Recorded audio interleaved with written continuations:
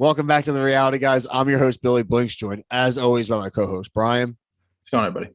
And as you can see, another special guest. We are on a run of Fboy Island season 2 cast members. We always love when we can have somebody join in. This time, Nick W. What's good? Fboy. How Yes, you doing, sir. my dude? How Sorry, are you? How you doing?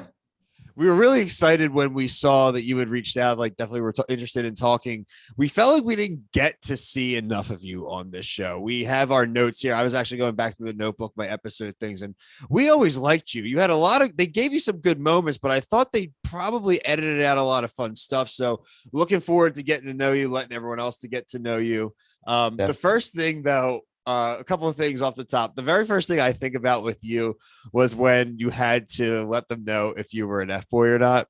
And you get up with your whole like, so listen, Luis, I really appreciate all that. And they didn't even let you finish the sentence. Oh, boo, no. Totally blindsided me. I thought I was going to get up there and like, well, the whole time prior, I'm like this just super nice guy. Like, you know, it's even like more nice the way they edited it. But like, I'm generally just like trying to feel the vibe out like the whole way. And, you know, we have moments that they're off camera, but it would just seem very strange for me to come out of nowhere and say I'm an F-boy just based on the way I was playing it.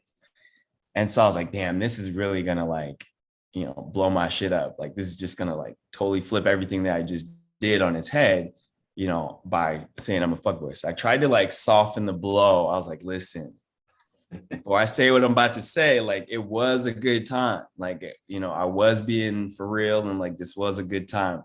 However, you know, but they didn't want to hear any of that. They were like, all right, what do you got to explain then? You know, like if you're a nice guy, just say you're a nice guy. And I'm like, well, there's levels to it, but you know, in this case, I'm a fuckboy. So you check the box. I mean, you got to go with what you check. You know, like I came in just cause, and you know, just the way I played it, I was like, damn, this is actually gonna like hurt me now. Cause like I could, if they thought I was a nice guy, I could have had maybe just a little bit more stability. Mm-hmm. But I don't know.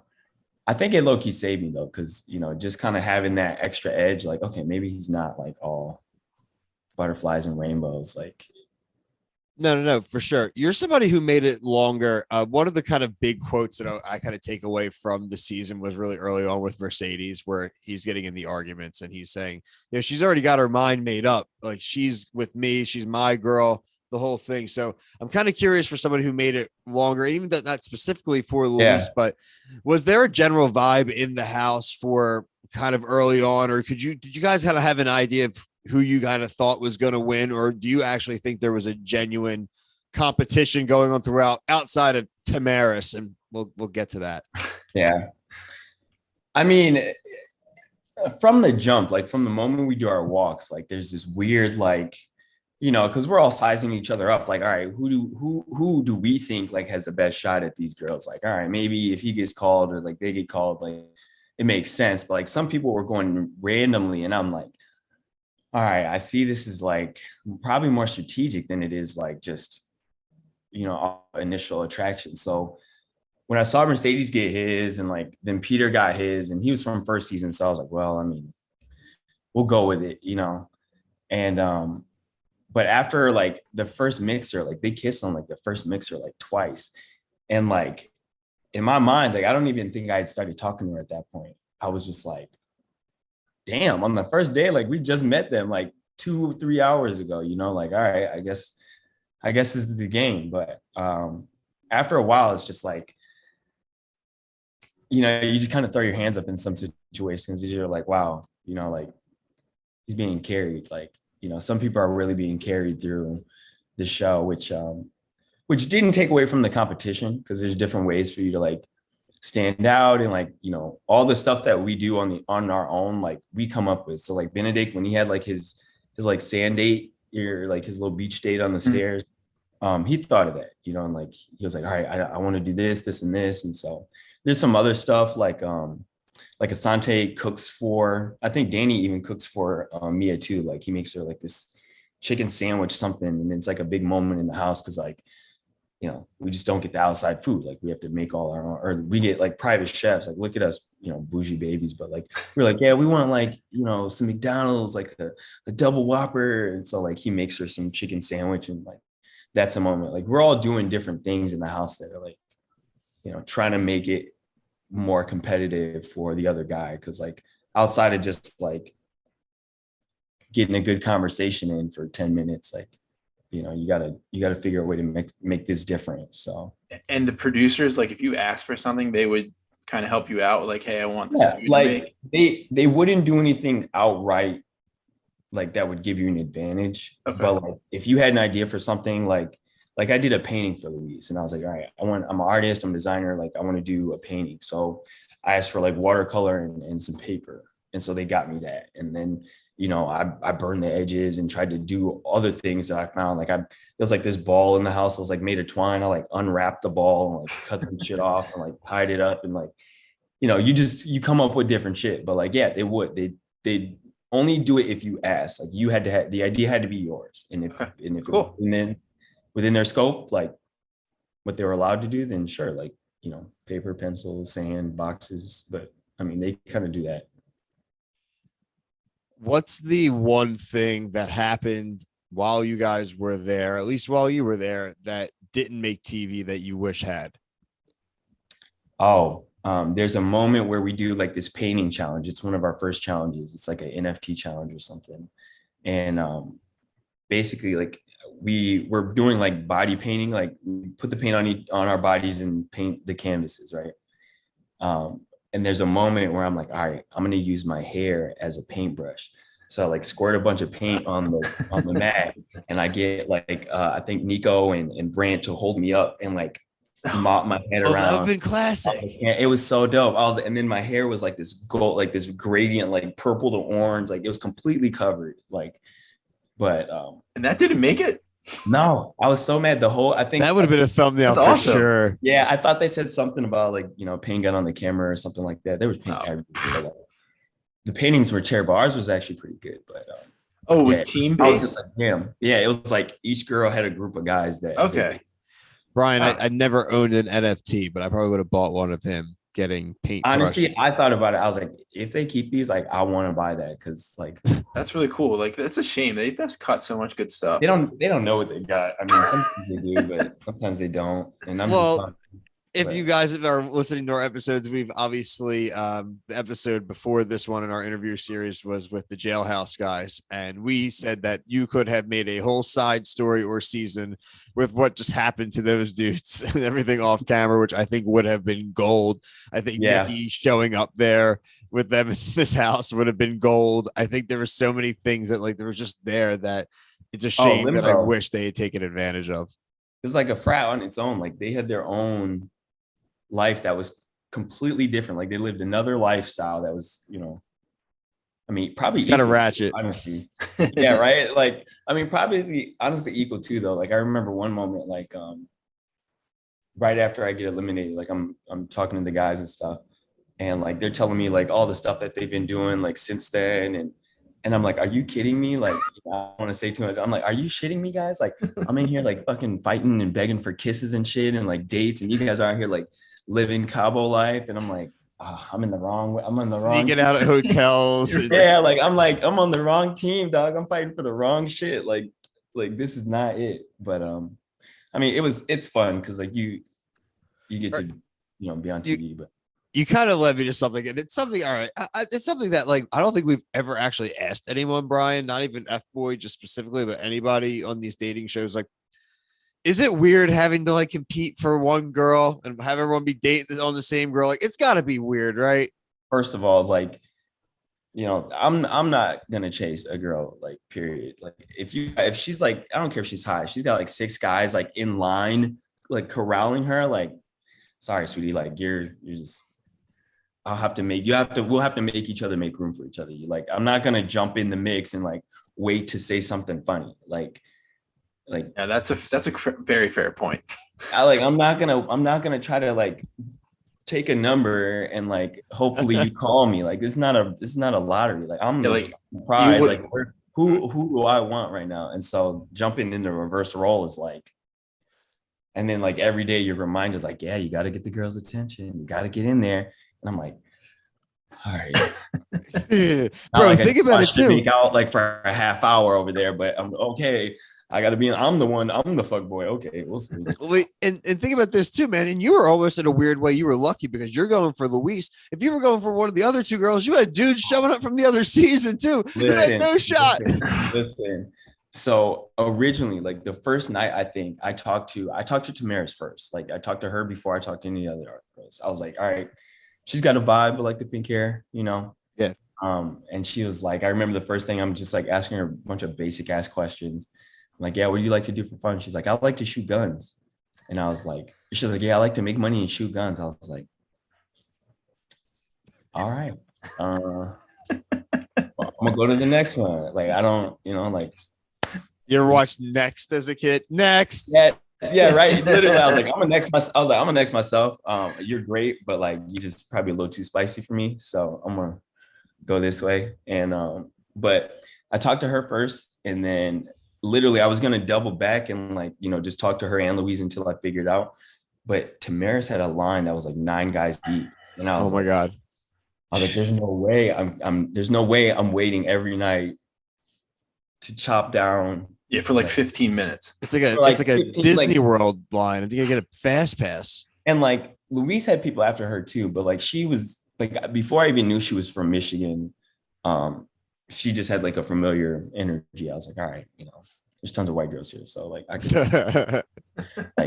I could talk to her for sure. But just the way I didn't realize what kind of game people were playing, and so like my shit was too smooth and it should have been like sharp and like rugged and cut, like. But again, like it's hard. It's a hard game, bro. It's a hard game. Like you think you can do it just on like, yeah, I'll just keep talking to her. But like the more you see her have interactions with other guys, like, you know, kissing or touching or going on dates, you're just like, what the fuck am I doing, dog? Like. Right. And then like, then it's your turn, and you just got to like blow all that shit out the window and be like, all right, yeah, actually, you know, now that you're here, you know, I'm starting to feel something, maybe something, and you're like, oh, it's trash. Now it's just you, me, and the cameraman. Yeah, now it's just you, me, and these 17 people here watching. Yeah, you know, and they're predicting your every move. Just like, they're just watching it like a soap opera. Like, isn't this wonderful? All right, cut. Running it, you know. We're gonna move you guys. Got some personal things. Obviously, when we were communicating with you on Instagram, first thing I noticed was your Instagram picture. You got Max from a Goofy movie. So yeah, big props on that. First off, and yeah, Goofy incredible movie. Fan? You know, what's the background there? For what? On my Instagram. Yeah, Goofy. Do you like that movie? Yeah. No, it's from the Goofy movie. And that's what we're saying. Yeah. I'm giving you props. I love that. So I love that movie. I think I'm like that Powerline guy. You know, like Powerline's got some tracks. You know, like Tevin Campbell. Come on, who didn't love that like scene when him and he's like, you know, trying to impress his class and he does like a whole music video on stage. Like, yeah, perfect cast. Fire shit. Yeah, like. There we go. Yeah, the perfect cast. You gotta know it's perfect. Yeah, of course we know it, man. We're no, that's what we're saying. That's the very first thing I noticed. We're 90s kids, man. Like, me too, Doug. Hardcore. Yeah, so. yeah, I have both those songs on my iPod. Like I know the tracks. Bro, you don't even want to know. When we do karaoke, like it's gotta at least I gotta do one song, at least something. Hell yeah.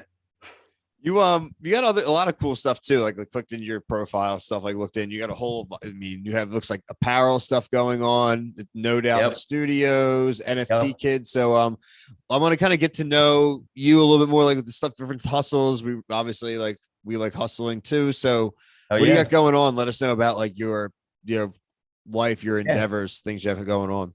So I'll talk about, you know, I guess I started off like, you know, back home, or my brand is No Doubt. So, you know, all my friends call me No Doubt. My brand is No Doubt Apparel. It really just stemmed from like a self-empowerment brand. You know, I don't care if you want to be like a professional fisherman, hockey player, you know, skateboarder, whatever it is, like just had, you know, some self-confidence and no doubt about what you're doing first. So that kind of stems all the other projects that I'm into. The clothing line I started back in 2016, just kind of like a sports and men's and women's wear brand. And then the NFT Kids is like my own personal passion project. Mm-hmm. They're 3D hand modeled like metaverse kids basically. I built them in my Oculus VR set and then animated them so that they could, dance and, eventually walk sick, around. dude. Yeah, eventually walk around in the metaverse somewhere like, but that's the one that's like dancing for my birthday and stuff. That's one of them that's Bobby Bronx. So they all have like these different city style swags, I guess. So That's sick, man. Passion project. Still got a lot of work to do, but still fun. I'm a designer, creative, so any kind of new and if it makes money and it's creative, then I'm in it. So got to stay grinding. Something. So obviously reality TV, now you're part of the reality TV family. You're part of the lexicon. Were you a reality TV fan before Fboy Island? If so, kind of what do you like watching? And also, why did you even get involved in general? What made you apply specifically for this show? Yeah. So, I think I've always been a reality TV kid. Like I remember watching like The Real World at 10. Like, yep. I could do that. I could be here. Like I could be on there. Like I know people would love me. This would be fucking awesome. Like, I'm funny. Like I could do all this shit. Like it would just be, I'd be a good person. Like I didn't even know what it was, but I was like, I could do whatever they're doing on TV. Like, and, I just knew in the back of my mind. I was like, whenever I get an opportunity, like I'll try to do it, And so like, now that I got older, I started becoming self-employed. So I had the time and I had the availability, and I was like, why not? Like, Grand Rapids is small, so, and I got a lot to offer, as far as energy, and I was like, what the hell? Fuck it. Like I think I applied to two. I applied to Love Island and I applied to this one. This one I didn't even know about. Like Fboy Island, I didn't even know it was a show. I just saw it like come through like one of my feeds, and I was like, all right, well, I'll do this one too. And like I got an interview for Love Island, and then I got an interview for Fboy Island, and Fboy Island was just more responsive. So we love Love Island too. We love it. Yeah, no, I think that's probably what got me hooked into, like, outside of just like the original dating shows like Flavor of Love and Real Chance in New York and all those. Yep. Mm-hmm.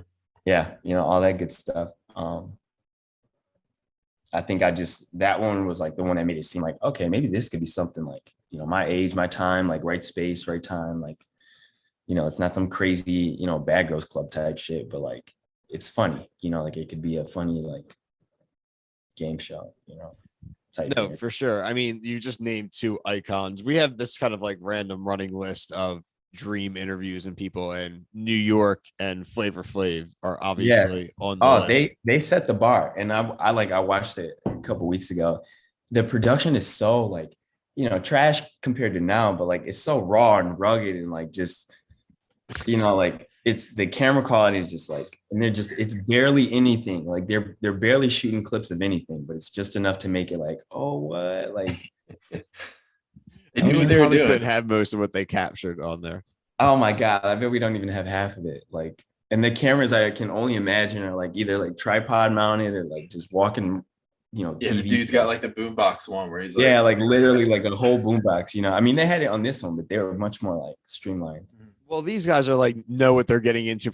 You had these old television cameramen being asked to film these trash shows that had never existed. With a giant fucking clog hanging out there, like, what are we? Got pumpkins spitting on people while you're filming, like right? Or like Fear Factor. Like every other day, I'd be like, I could do that. Oh hell no, never mind. Oh, I could do that. No, never mind. Like that one, I just remember watching and being like, these people are seriing. Like, what was it? The eating challenges? It was only the eating challenges. I can't do the eating challenges. Just anything I have to like ingest. Like I could like grab shit out of buckets and stuff, but like if I have to ingest anything that's not on my like diet, Yeah, when somebody's like, you want to eat this elk penis, it's like, yeah, no, I don't. Do you want to sleep in this bed of snakes? A whole frog, like a whole raw frog, or like mashed up maggot smoothie with an umbrella in it? Like, which one you choose? And I'm like, I'm just gonna go. Like, I'm out. It's funny, man. It's fun. Bill's the same way. Like we always watch these shows with the eating challenge. I love watching it, but I can't. I know. I mean, I can watch it fine, but I just couldn't know that would probably stop me from.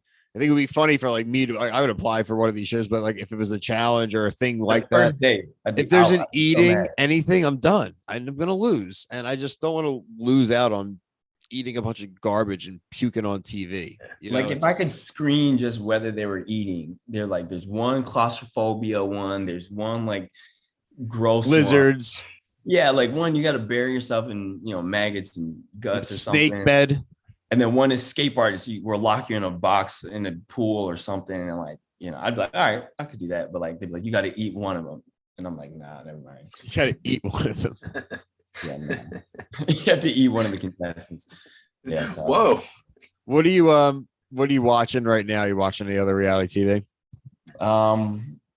I watched one that I thought was pretty entertaining for a while back. I think it's like a UK show. It's called Shipwrecked. Ooh, what's that about? You guys might like this one. So there's 2 islands. There's like Tiger Island and Barracuda Island or something. Right. And like they put like, you know, 9 people on an island at first, or like I think maybe 8. They put 8 people on an island at first, like let them party, get to know each other, real like rural, you know, island vibes, like tiki huts and bunk beds and stuff. But then halfway through, they're like, all right, not even halfway through, like the first episode, they're like, all right, now that you guys know each other, like you guys have to pick a leader for the other island. And like you have to pick your 2 leaders for the group, like, okay, X person and Y person. And then they pick their teams, like they pick who they got along with the best in that little mixer. And then they go to the other island. They go to a brand new island. And every time somebody comes to the island, they spend 24 hours with the Shark Island and 24 hours with the Barracuda Island. And they have to like impress the new guest, because at the end, the new guest has to decide what island they want to live on. And like, it's a popularity contest every time. And so it's like every 2 or 3 days, like somebody new comes and they have to like, whether they're beefing or not on the island or not, they got to be like, oh, hey, welcome. We're the best island. Like, oh, we're so even they're all hating each other. Nice. Like, you know, oh, like come stay with us. And then they'll go to another island and they'll do the exact same thing. And like, you know, I like really this. Just open, and, you know, we're much nicer than the other island. Like, I don't know why. And like, you know, whether they're attracted to somebody on a different island or not, like there's moments when you can switch islands. Like it was good. I like this. I'm intrigued. They're broken.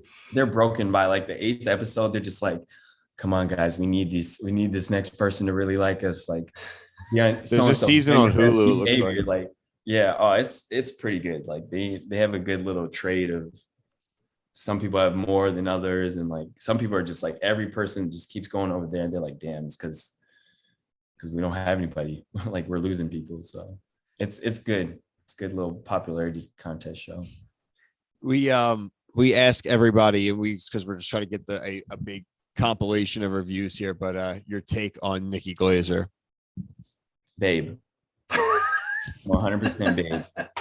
100% babe. Like honestly, like we all joked about it, but like she's a babe. Like her confidence is sexy. Like her bluntness is like hot. You're just like, wow, like okay, all right, like damn, all right, for sure. Like let's get straight to it then. Like she's witty, she's funny, like, and she's just like good energy, good spirit, like total babe.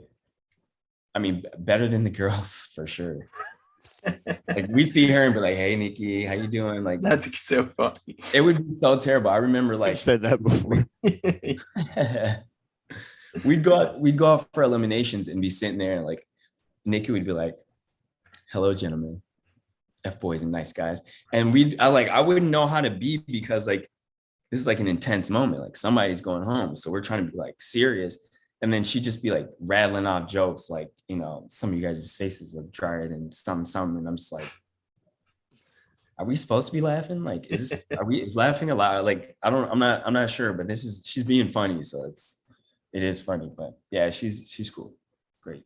Brian, do you have anything that you also want to know? So who on the show, just because we don't see everything, like who were your boys? Yeah, so like in my room, I was pretty like tight with everybody in the house, like just more people than like some people more than others.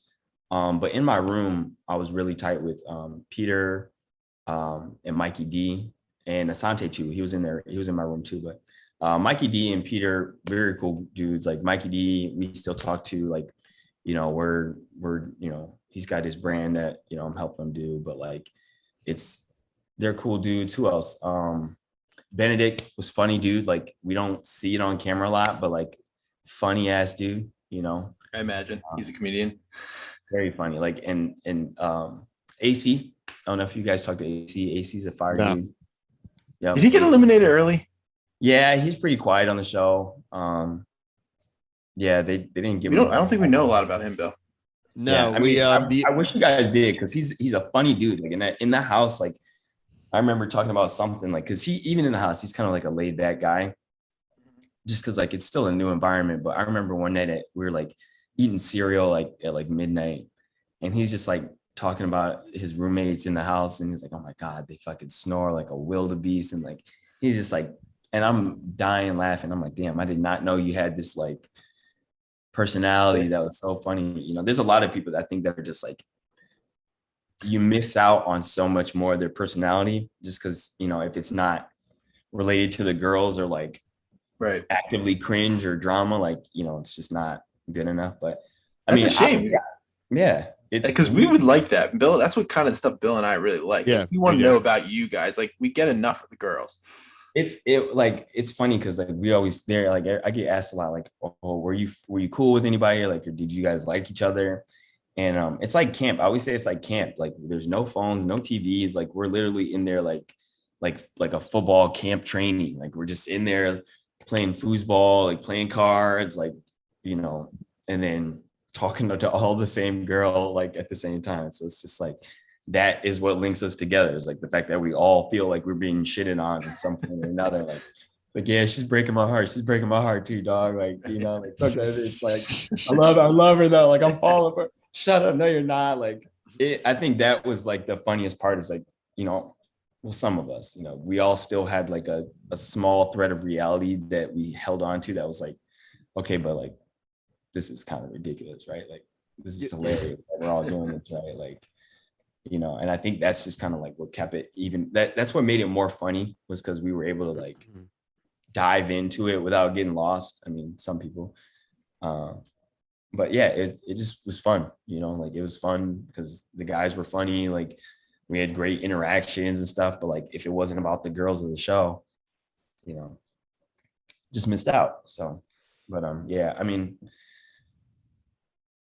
yeah, a bunch of great people. The next two that we definitely have lined up, we don't have dates yet, but we have kind of confirmed. We have Lukesh. Oh goodness, you'll get a very interesting one. What was your reaction when he at the mansplain?